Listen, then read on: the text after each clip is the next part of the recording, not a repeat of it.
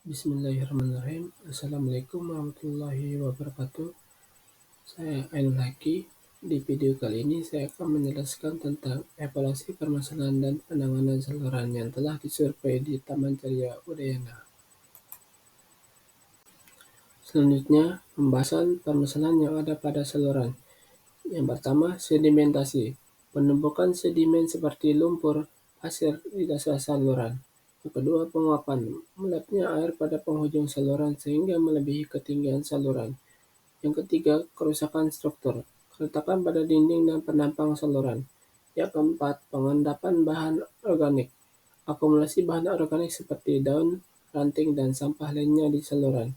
Yang kelima, infrastruktur yang rusak. Sistem irigasi yang sudah lama atau mengalami kerusakan di beberapa titik. Kondisi existing saluran, seperti yang terlihat pada gambar, menunjukkan beberapa struktur dari saluran mengalami kerusakan pada dinding dan penampangnya sehingga memerlukan perbaikan pada struktur yang rusak tersebut. Selanjutnya, menghitung debit rancangan saluran. Perhitungan analisis debit rancangan dengan hasil 31,719 meter kubik per detik dan debit per meter saluran yaitu 0,03179 meter kubik per detik. Apakah dimensi saluran dapat menampung debit rancangan yang terjadi? Menurut hasil perhitungan debit rancangan, dimensi saluran tidak dapat menampung debit rancangan yang terjadi karena tinggi dan lebar saluran terlalu kecil untuk menampung debit rancangan yang akan terjadi. Selanjutnya, menghitung dimensi saluran.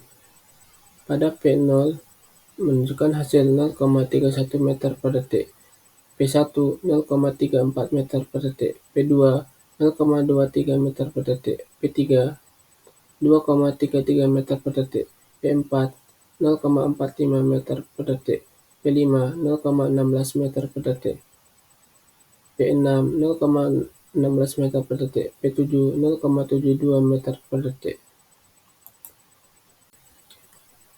P8 1,45 meter per detik, P9 0,22 meter per detik, P10 0,9 meter per detik. Menghitung kapasitas saluran.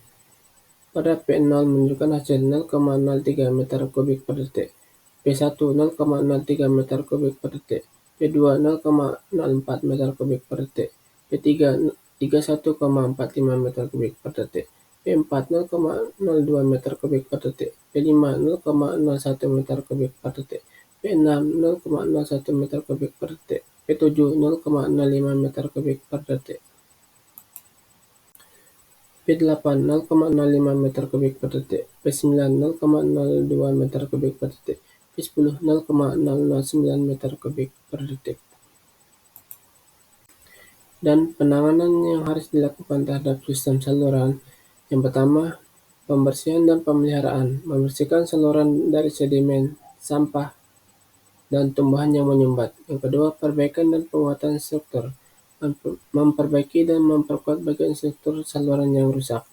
Ketiga, pengelolaan sedimentasi, mengelola dan mengurangi akumulasi sedimen di saluran.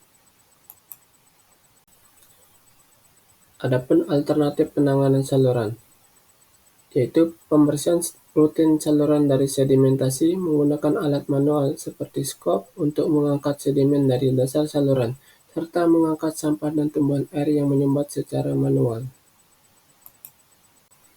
Itulah video penjelasan dari saya. Sekian dan terima kasih.